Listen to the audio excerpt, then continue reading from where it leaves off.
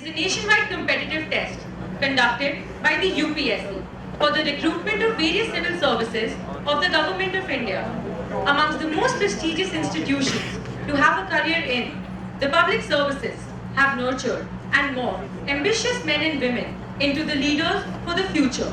Today, we all have gathered here to listen to the tale of one such man, Mr. Anudeep Durshetty, who sets forward to become a leader of the future. Mr. Anudeep Durshetty.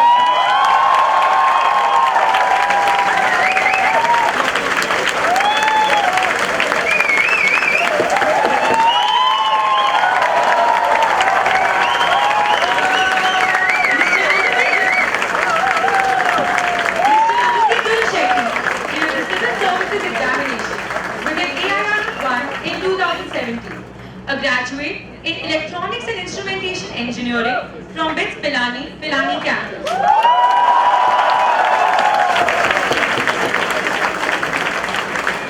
He was a previous employee at Google India in Hyderabad. He was also a former officer in the Indian Revenue Services after clearing the Civil Services examination for the first time. Before we start, I would like to welcome Professor N.V.M. Rao, Professor V.K. Nirvan, Colonel A.K. Bhataya, and Chief Security Officer Mr. Kishore Singh. I would now like to call upon Dean Administration, Professor S.K. Verma, to address the gathering with a few words and welcome our guests.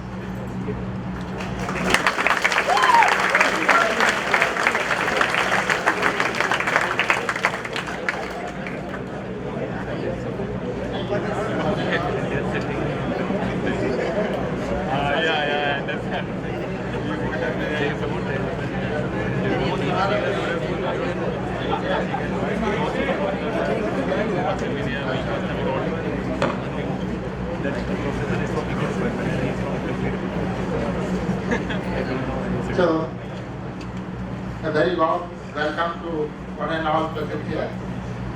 I welcome Mr. Durshetty for sparing the time and addressing the student or their friends. Okay? So, I'll not take much time. I know you are all gathered to listen to him, his success story and how he proceeded after graduating from BITS Pilani, and to share some of his journey ahead or the time which he spent at BITS Pilani. So, I welcome Mr. Durshetty.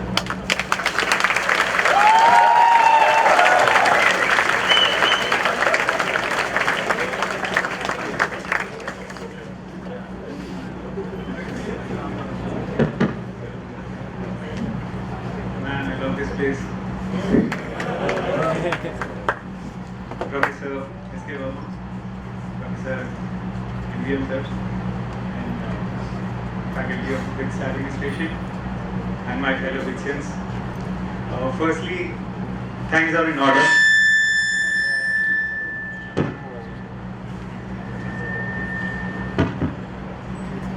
Thanks are in order.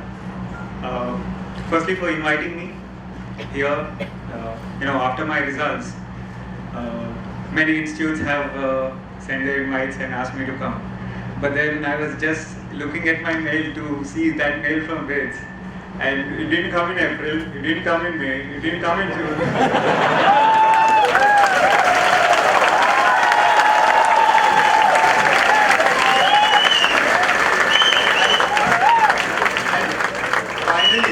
Finally, when it came, and Satyansh mailed to SU, I almost felt like the time when I got admission into BITS Pilani. So it was a very, very happy moment. So really incredibly happy to be here. And thanks were also in order, especially to whoever designed that flyer. I was worried that they might use my BITS ID photo, and that would have been a horrible show. So thank you. And thanks for turning up in such large numbers. Man, I never know, I can't think of when was the last time LTC was filled to this extent.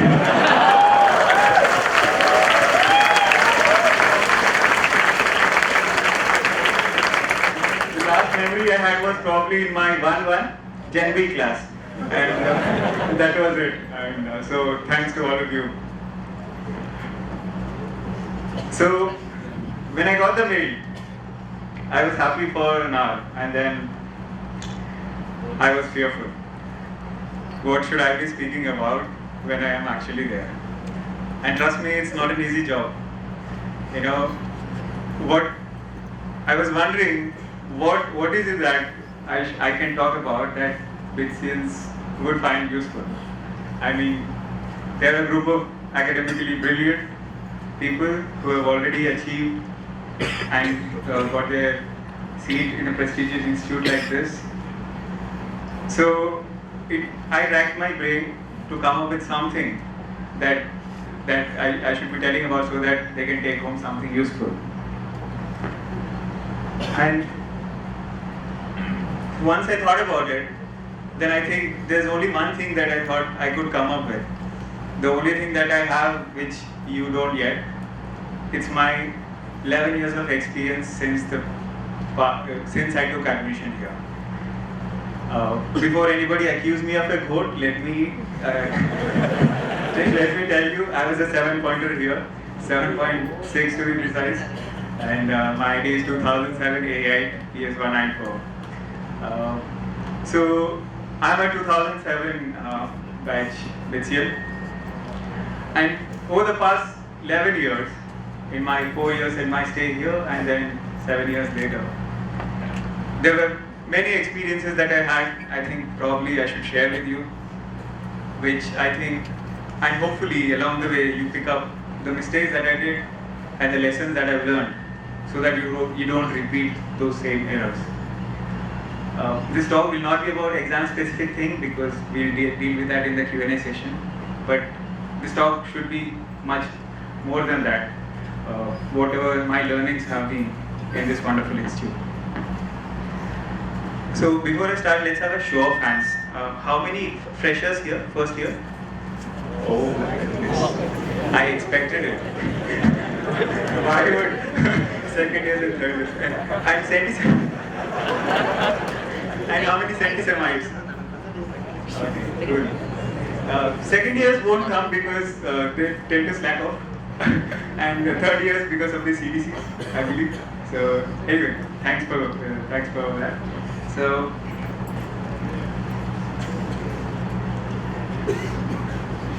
I wanted to tell you my story. I was here on August 4, 2007, exactly 11 years ago, with my father.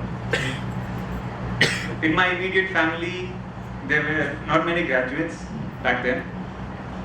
And for me to get into a prestigious institute like BITS was a major cause of celebration. So it was a cause for much excitement, and I looked forward to joining this institute. And I was very hopeful and excited when I landed on this campus. But then, I have to be honest, the excitement kind of evaporated soon. The heat was pretty oppressive. The mess food in KG mess was bland, and the environment was a little intimidating. For the first time in my life, I was there amongst highly brilliant and incredibly smart people. And my anxiety only grew as day progressed. And after a couple of days, I sat with my dad near the mess, KG mess, and I told him, Dad, I don't think I can survive here. Let's take our certificates back. Let's go to the dean. Let's take our certificates back, and and admissions might have been finished by then, but then I don't care. Let's go to any college that would give me admission back somewhere near our hometown. Of course, my dad talked me out of my stupidity. And one of the major decisions that I took back then, that I chose to stay back. And looking back at that incident now, I realized that it was not because of the food or the heat or some random excuse that I wanted to quit this place. It was because for the first time, BITS Pilani threw me out of my comfort zone and put me in a challenging situation. that was something I was never used to. And the immediate feeling out of me was running away from it, covered eyes, so that somehow I don't run into this problem.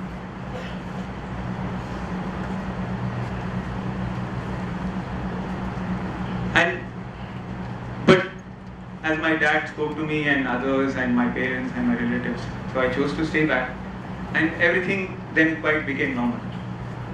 So that was the first lesson that I had learned in my very first month of being at BITS. That if you want to have a memorable journey, if you want to have a memorable life, an accomplished life, a life where you have good memories, it is inevitable that you will be thrown out of your comfort zones. Having a cocoon life where everybody takes care of us, our education. Until then, my teacher, everybody used to take care of me. I was near my home, all my comforts, all my needs were taken care of. Only when I came here, I felt that change and I wanted to run away from it. But now, looking back, thinking that I would have missed so much had I made that terrible decision, it makes me only realize that it is important that we should be thrown out of our comfort zones and confront challenges. Only then we would be able to achieve our potential. So I quickly got settled in, and one thing I love, man, the freedom BITS has offered me. I don't think any other university had that, but immediately within 2 months, I was enjoying this place. And the freedom that BITS offers comes with two choices, especially for the freshers. It is liberating for us because we were all so busy with giving our tests, competitive exams, to have finally made it to such a prestigious institute. So of course, freedom, that once we get it, it's liberating. And we always have two choices. One, to pursue our interests, to pursue our passion, or to become lethargic and apathetic. And I was too naive back then to have chosen option 2. I stopped going to my classes. It was a slow and gradual degradation. And my whole day-to-day existence became shuttling between my hostel room, Gandhi Bhavan, and my Gandhi mess. There was a point when the farthest trip I would make with my SID was to the VK Reddy. So, without realizing that life has become stagnant, that it has stuck in a rut, I was continuing. I was neither good at academics, nor I was doing anything otherwise. I sucked at CS, Dota and FIFA as well.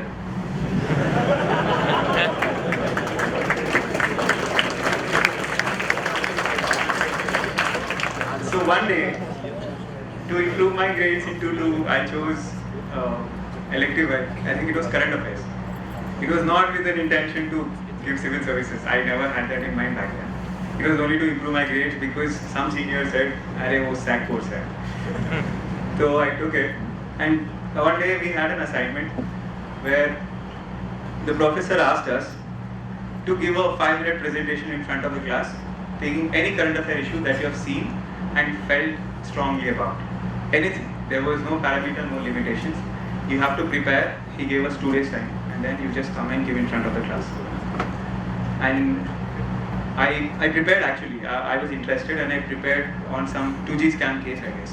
Not 2G scam, some corruption case.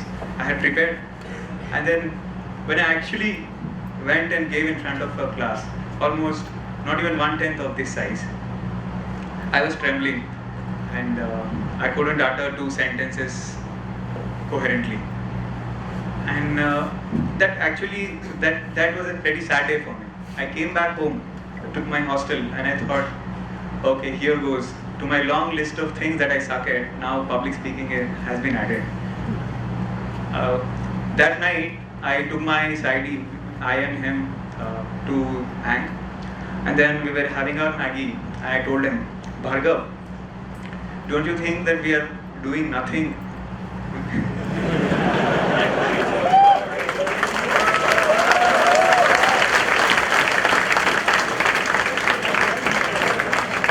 Don't you think that we have been wasting our 2 years here?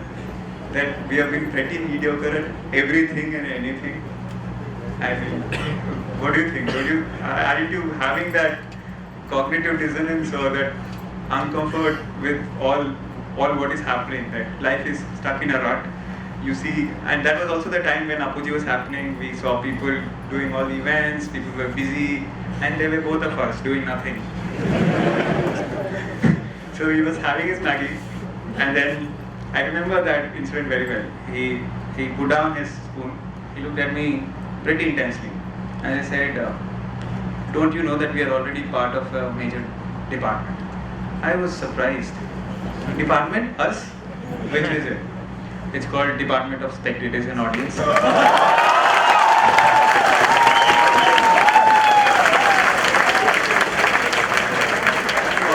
Shoza, as they would call it. I was surprised. That's why department as I had. But the truth was, we would have never made it to that department also because we were not even going to the events. We were missing with Hali and all. So life was pretty much stagnant. It was just a case of mere existence. And that was probably the day I decided to change things. You know, I realized that this is not the way I want to live my life. You know, while looking at all the opportunities that BITS had to offer in my 2 years, I did nothing with it. And I didn't want to prolong that mistake. So immediately I spoke to my friend who was working with Tripoli Association. And then I just wanted to tag along with her for a project that they were doing. And we did good work. We made a small logo, nothing profound, it was just a small thing. But one thing that happened was we actually won a prize in that year, Apogee Mein. In that one and a half month that we worked for that project, we've actually managed to get a prize. And that changed things profoundly. As a person who was lacking in confidence, full of low self-esteem, who used to fear everybody else, I suddenly was filled with confidence that yes, I can accomplish things if I do it with sincerity. It need not be at academics. You know, I was never meant to be a 10P, and even if I study hard, I don't think I'll be a 9 pointer or 10 pointer. But something that I liked, I was really putting my heart into that project, a small project, and finally could manage to get a prize. And that confidence changed everything for me. Then I made a series of decisions. Then I realized, dude, I think this is the time that you have to explore your passion, your interests. That was the lesson that I learned. That for the freshers especially, whatever you do, whether you want to pursue 10 CGPA, 9 CGPA, or you want to just manage with 7 and pursue other passion, whatever it is, but please don't become a person without any passion. BITS is one university where the number of opportunities that you find here, it's incredible. You will not find these anywhere. You will only realize this when you actually graduate and then go into professional life. And these lessons that I'm not asking you that now you suddenly start joining all the departments, all the clubs, everything. But they definitely help you grow your personality. Choose your passion, something that you're interested in your free time, and do it. Not because somebody after 4 years will come and see your CV and then make your package 1 lakh more, or that you will be placed in a good company because of your position of responsibility. But because going out of that comfort zone and exploring your passion will build character. And this is what will be invaluable when you step into your professional life. There are skills that nobody teaches. Leadership, event management, public speaking, writing, negotiation, teamwork. These are the things that are invaluable in a workplace, and this is the time that you have to learn them. It might be uncomfortable, it might be messy at the beginning, but then that's how you improve over time. And once you do it, you will surely, at the end of 4 years, you look back at these 4 years and feel better and happy at yourself that yes, you have been able to take responsibility and then executed them to your best ability, and that's what really mattered. So that's the second lesson that I have learned, and I would like to tell my fellow Bitsins. And then from that I graduated in 2011. My third and fourth years were pretty good academically. I stopped being a lazy ass. I did well in my CDCs, and thanks to PS2 anyway, my CGPA. PS2 served two purposes actually. First, to boost my CGPA, that I finally could become a 7.6 person, and it also gave clarity to me that instrumentation was not the career that I have to pursue. So it was in 2011 that finally I had clarity that I had a passion for civil service, that this is something where I could give my effort and I could be happy and I could find that deep fulfillment that we all want in our professional and work lives. So once after graduation, I was placed in Oracle, but then I chose not to take it. I started my preparation in 2011, and the first thing that always had in my mind was it was not a matter of first attempt or second attempt. It was a matter of which rank I would get in my first attempt. Will I make it to top 100, or will it be somewhere in the not so top services, so that I had to give one more attempt. So that was the confidence that I had, or I think a better word should be arrogance. Because I was from BITS Pilani, because I did well academically throughout, I felt that mere intelligence and being a smart person, whatever, would get me through. And I always felt that it's always the work of people who are not that smart to put in those hours and to go through that grind.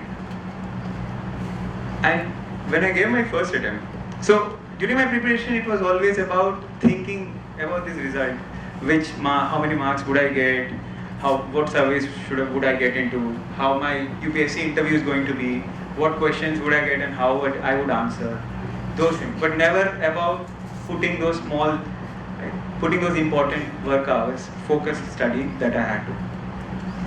And when the final results came in, my mains, of course I couldn't make it. I failed my first mains. It was more than disappointment, I should say. It was a feeling of shock and embarrassment. How could I not make it to at least the third stage of this exam when I thought to be a smart person, right? It was more of that unable to reconcile my own abilities and what UPSC has what UPSC has shown me in the mirror. That was a major setback for me. And that's when I realized my third important lesson. It's that mere intelligence, mere smartness wouldn't take us far. Whatever goal that you set for yourself, you want to be an entrepreneur, you want to do pure science research, you want to do a PhD, you want to do an MS, you want to do core research, whatever it might be, mere intelligence wouldn't take us far. It's always that hard work ethic, and ability to put in those hours day by day, every day, to the goal that you set for yourself. And I did that, and I got into IRS in my second attempt. And that attitude continued throughout my 4-5 years of my journey with UPSC. And that was the single biggest thing that helped me secure this rank today. It's that single-minded focus and dedication and work ethic that I put in. I never relied much on the intelligence or that I am better than everybody because I'm from a prestigious institute or whatever.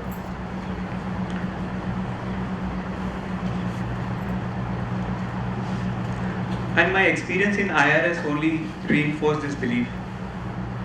In my 4 years, since 2014 when I got into IRS, I saw many officers, IAS, IPS, within my own department, who do exceedingly well within the four walls of Constitution, within the boundaries of the law. And the common, I used to wonder what is the common thing that is, what is the trait that is common among all these people. And time after time, I saw that not all of them were from prestigious institutes, IITs or NITs or this. But one common trait they all had was they did work with sincerity, passion, and they showed up every day at work with that confidence and that, what should I say, confidence and that desire to do something. They are, and those people are highly driven.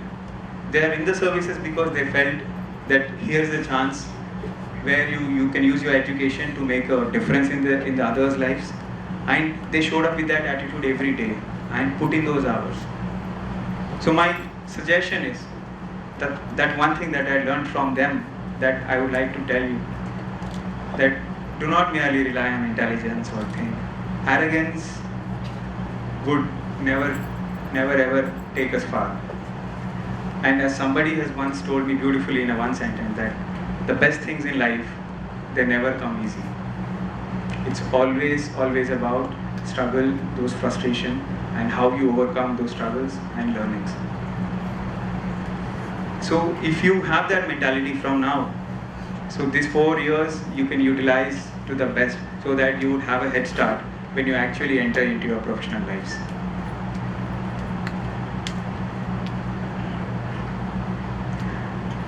And these briefly are the 3 things that I wanted to tell you. And today, and for all of it, I have to thank this wonderful institute for shaping me, for building the character, and for being the person that I am. Whatever I am today, whatever little I have achieved today, a lot of credit, or most of the credit, goes to this wonderful institute. Thank you, BITS Pilani, and thank you all my fellow BITSians. My best wishes to you.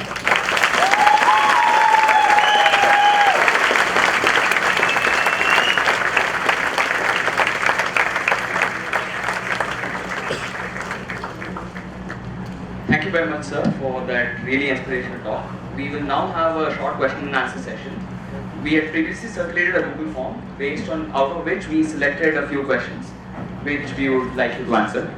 So, Ankit Goyal asks, why do you prefer Indian civil services as compared to a job in the IT sector?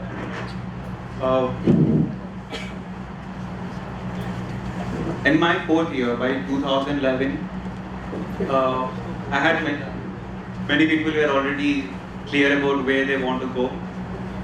People were preparing for their GRE or MBA, they were preparing for CAT exams.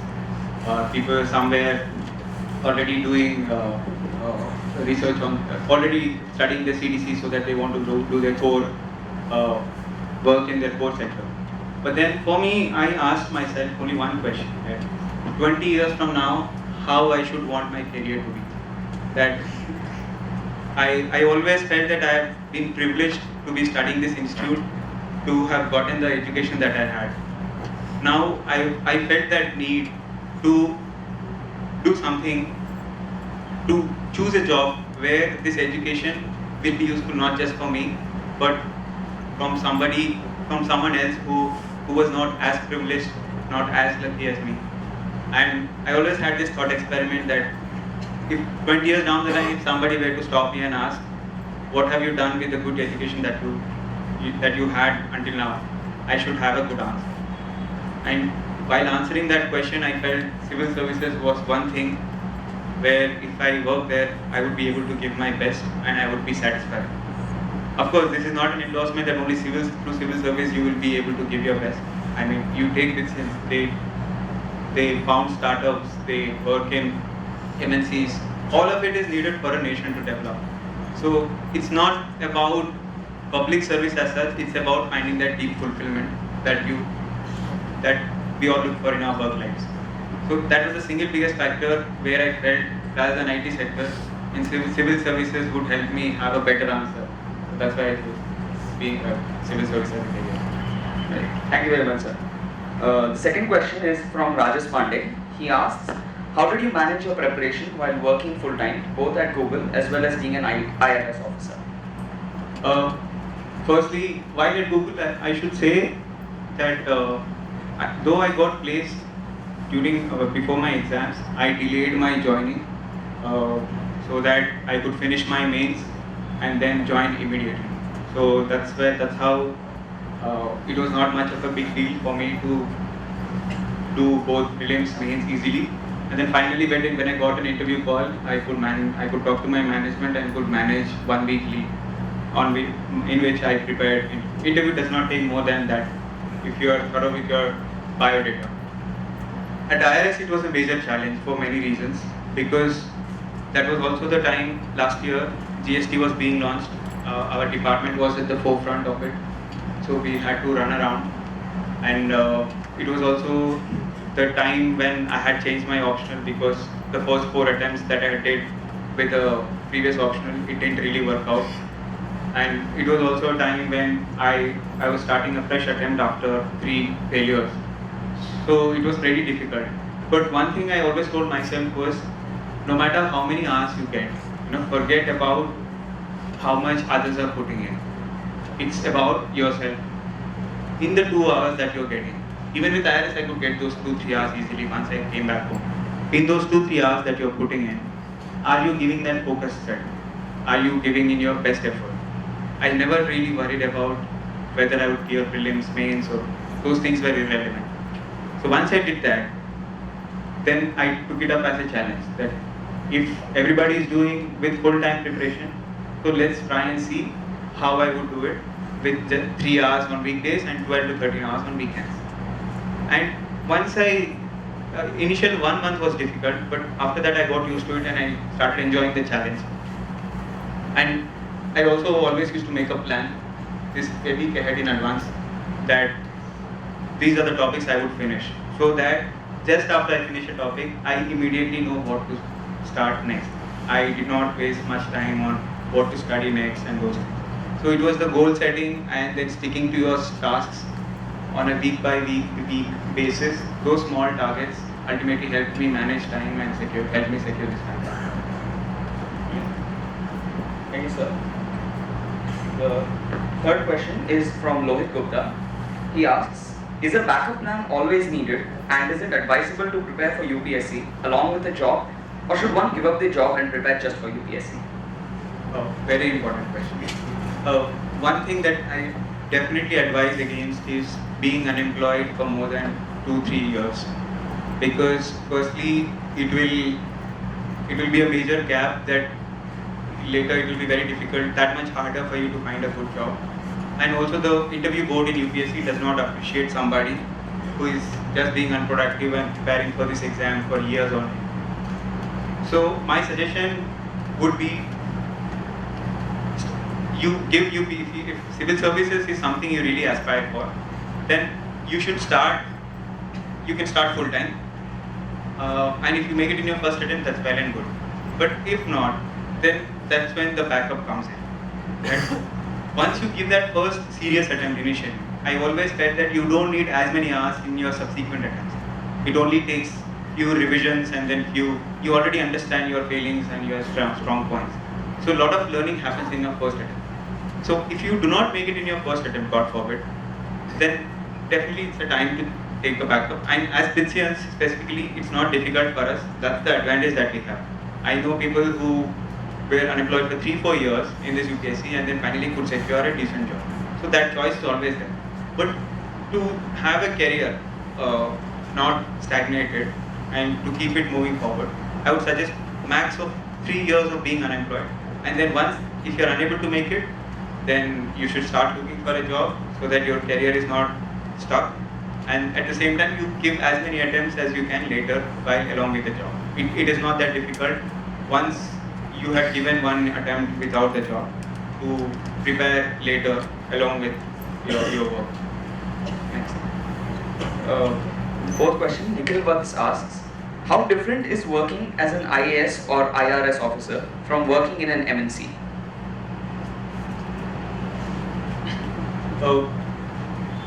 MNC, so the major challenge of working in the government is there's a lot of accountability systems that are built in because it is public money that you're dealing with. So definitely there are a lot of checks. File work will be there. The hierarchy is rigid, and bosses. Of course, there are good bosses and bad bosses everywhere. So, but the major obstacle, from a startup or an MNC to a public service, especially civil service, is that it's a little rigid. But having said that, I've always felt that government is like a scaled up startup.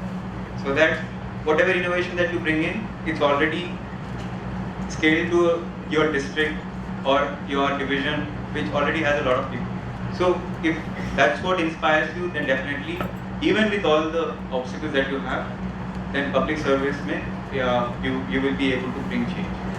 MNC is good if you really love the work. I mean, I always felt that money cannot be a motivator for long. So if you actually like the work, then MNC provides you both that freedom, autonomy, along with the work that you actually wanted. Government mein, you have that public impact, public reach, social visibility, and let's face it, the recognition that you get in public service, you will not get in MNC. So these are the advantages that you get in public service. But the bottom line will always be the gut feeling that you have. It's not public service is better or inferior. It's about your personal calling that you have to analyze. It's only you are the best judge of how your career has been so far, what interests you and what you don't like. And then you make a decision whether you should pursue a job in an MNC or civil service as a career. That's it.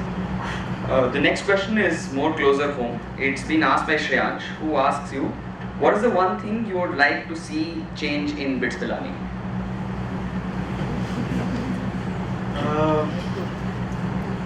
I haven't really thought about it, but maybe food quality, I don't know. But on a serious note, I think a lot more interaction, formal interaction between seniors, where, as I said, I never really had anybody tell me that, these 4 years is something that are precious. I only realized the preciousness of the 4 years towards the end. So maybe, I don't know, seniors should be more responsive to tell juniors, not just in terms of ragging or anything, but to give serious life advice, that how to utilize these 4 years so that they turn into better individuals. Asking in the same context is Neelanchal, who asks you, among the few interactions that you had with your seniors, how helpful were they and what did you talk about? As I said, first 2 years I was pretty closed, introverted, shy. I never really interacted with any of the seniors. Mostly small ragging sessions so when because I was at Gandhi Bhavan HV, so those were there. But the interaction with seniors were helpful in the sense that what courses to take. It was the general advice that anybody would get. So definitely I was grateful for all of it. And towards the end, also I talked to few seniors. Vinay Pratap Singh ranked 14 in 2012 civil service, I guess. That was also very helpful in clearing my mind that whether to go for civil services. So those were the advice that I had from my seniors, and definitely I always believe that you should never start from scratch. You should always seek out for help, advice from somebody who has already done it, so that it's much more easier for you to start at level 2 or level 3 rather than starting at level 3. So never ever feel shy of seeking that advice from somebody. Taking that call, picking that phone and then asking them what you're confused or doing this. It might not clear your doubt, but at least it will give you a direction or whether where to go or not. Right. Komal asks, is it a good decision to start preparing for the UPSC exam while being in college? Or should we firstly focus on our coursework for 2 to 3 years and then venture out for the same? Another important question. See, I feel that for civil service exam, 1.5 year. It takes 2 years, like 1 year of exam cycle itself, and then 1 year before it. These 2 years are pretty much enough for you to crack the exam, to understand the ins and outs. So there's not much need for you to start from first year itself at the expense of your academics. It is very important to have good academics. I would not suggest anybody to just start picking up polity, economy and current affairs at the expense of the academics that they have.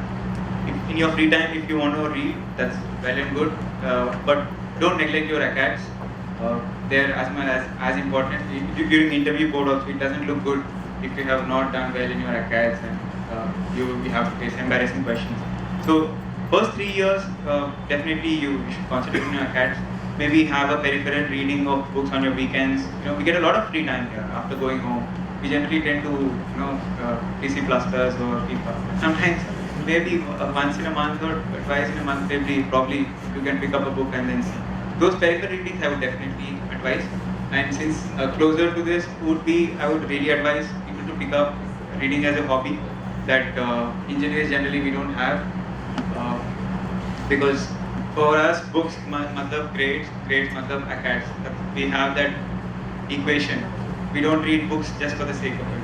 So if civil service is something that you are aspiring for, reading general non-fiction books like India After Gandhi or Nandan Nilekani's books or Shashi Tharoor's, they definitely enrich your thought process and make you a more aware person. So those things I would advise.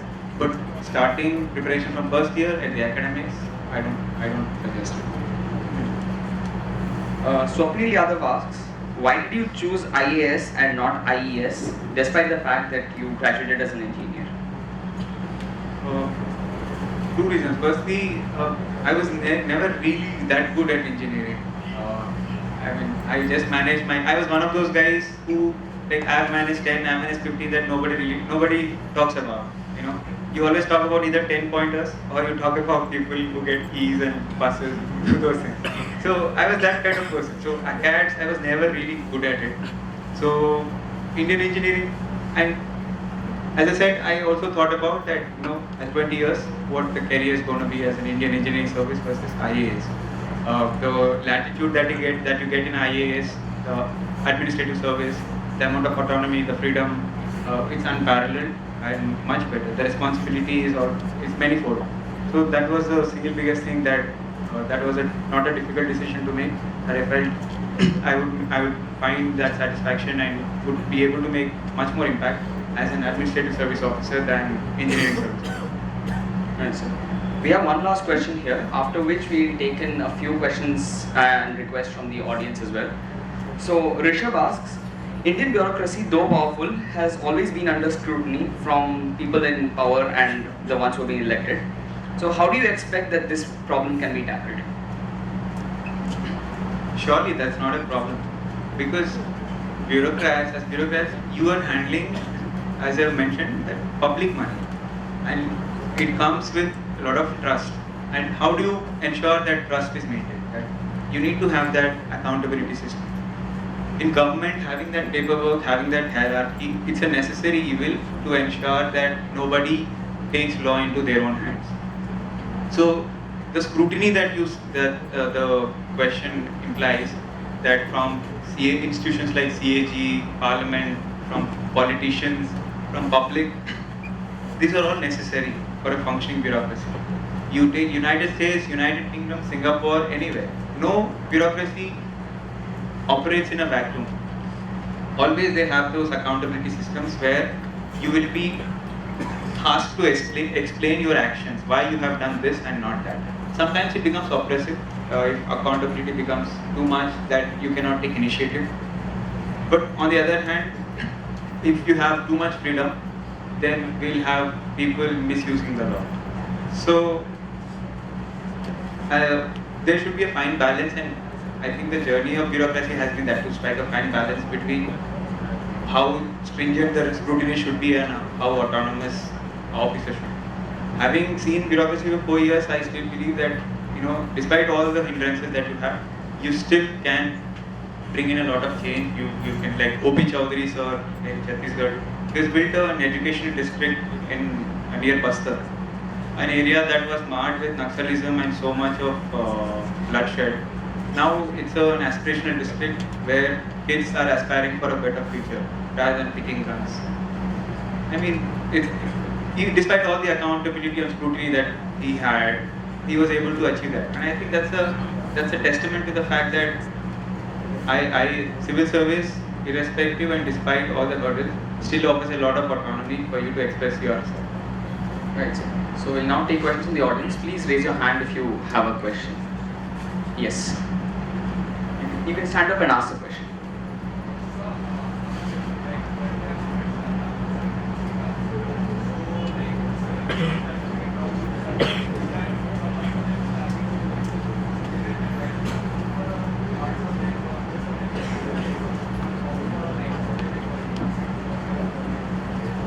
Choosing an optional is one of the major decisions that you should make as an aspirant. Three things that should go into optional selection. First is your interest in the subject, that whether you're liking the subject or not.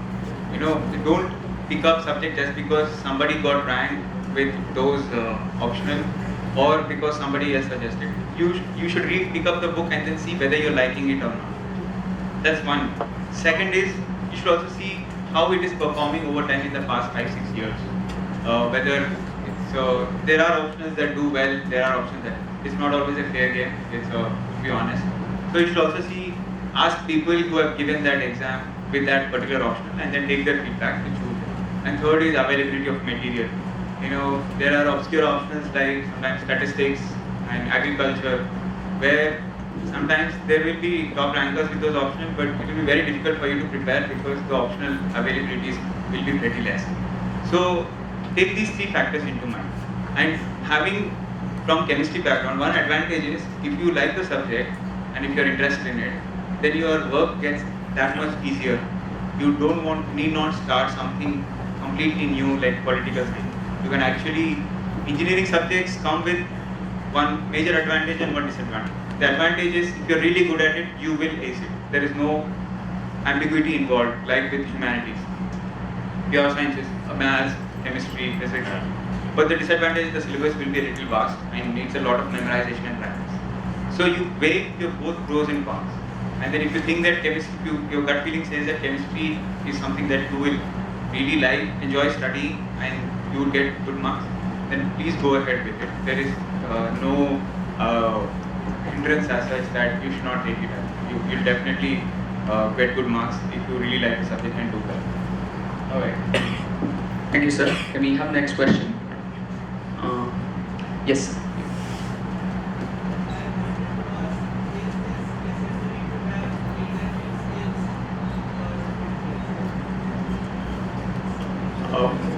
As I had mentioned in the talk, you can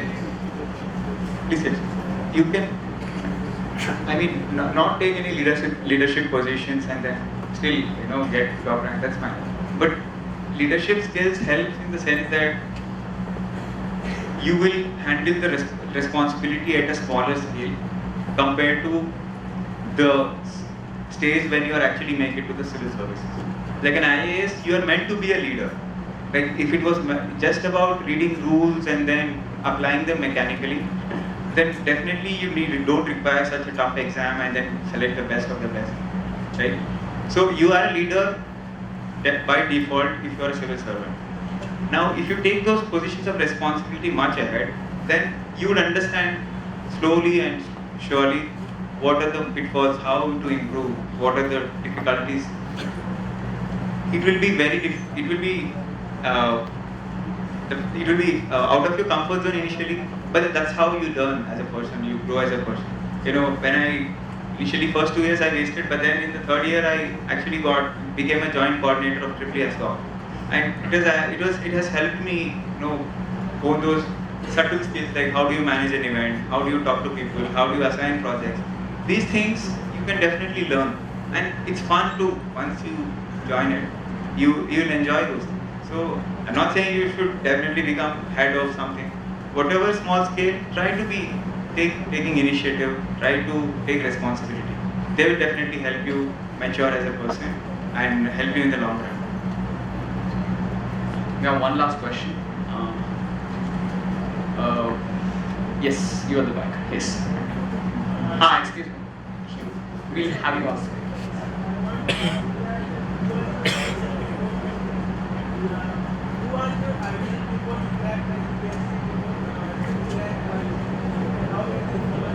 So the question is Inspiration. Who was my inspiration? Inspiration wise, there are many. But if I had to put on one, I have written on my blog as well that Roger Federer has been a major source of inspiration for me.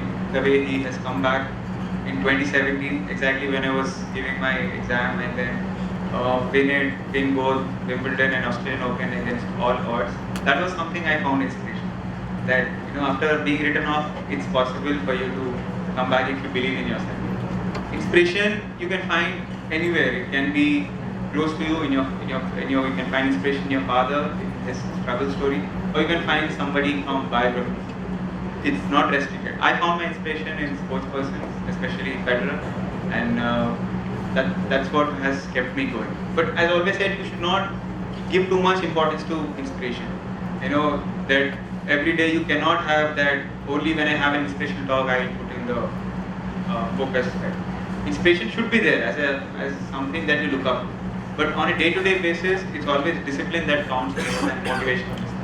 That irrespective of whether you're motivated, irrespective of whether you're inspired or not, you go and study those topics that you put for yourself. That matters. Inspiration you should have, but don't give too much importance because it's kind of beginning. Thank you very much, sir, for that very enlightening question and answer session.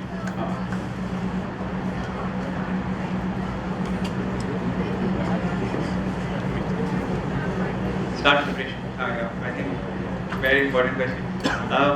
So if you are clear that you want to aspire for civil services as a career, the best way to start would be with newspapers. That no need to memorize or anything. Just read as a generally aware person that what's happening around, what is happening with our institutions like Parliament, Election Commission, what are the initiatives taken by government. Go on Quora, you can follow those topics. I'm sure there are pretty interesting writers there.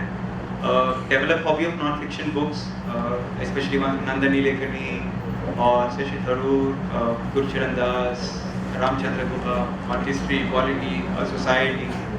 These will give you that base foundation of core knowledge. That they will not tell you specific like which article says Election Commission is empowered, but it will generally give an idea that what Election Commission is for and whose elections does it conduct and what are the challenges in front of the Election Commission. So those broad ideas that you will have.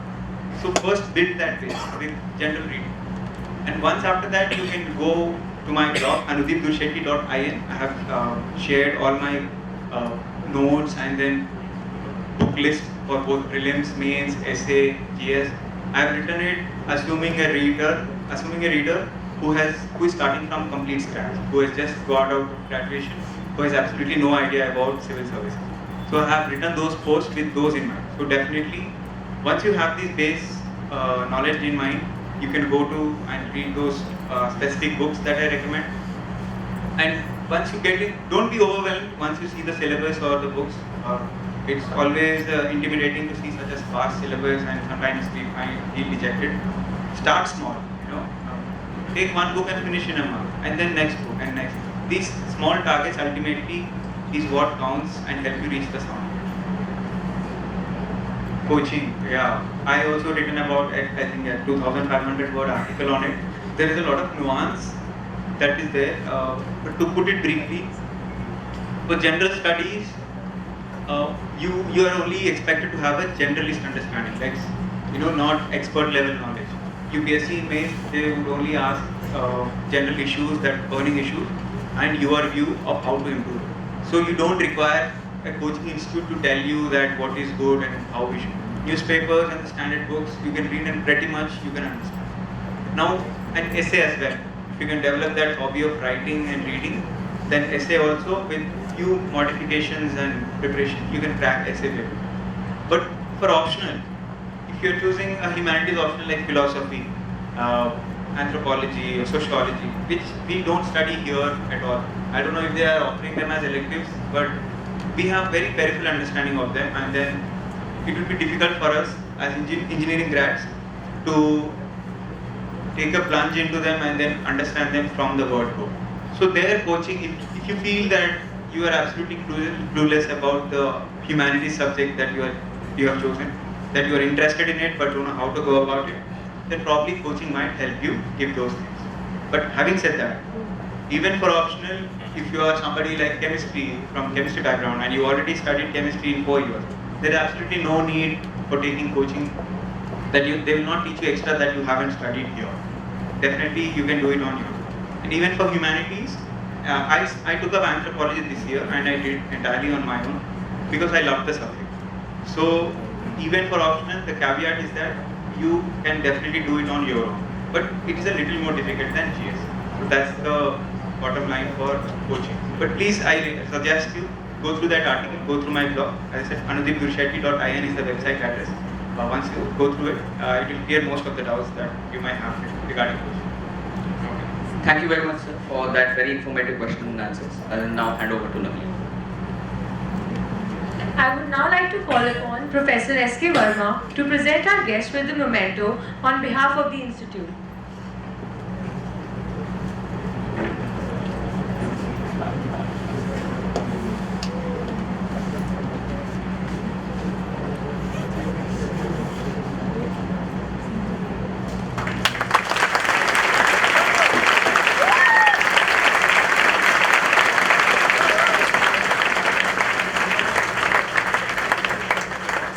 Thank you very much, sir, for your invaluable time and patient guidance for those who seek to emulate you. Thank you to all the professors and the staff for their involvement and to the students for their personal queries and participation. Once again, thank you.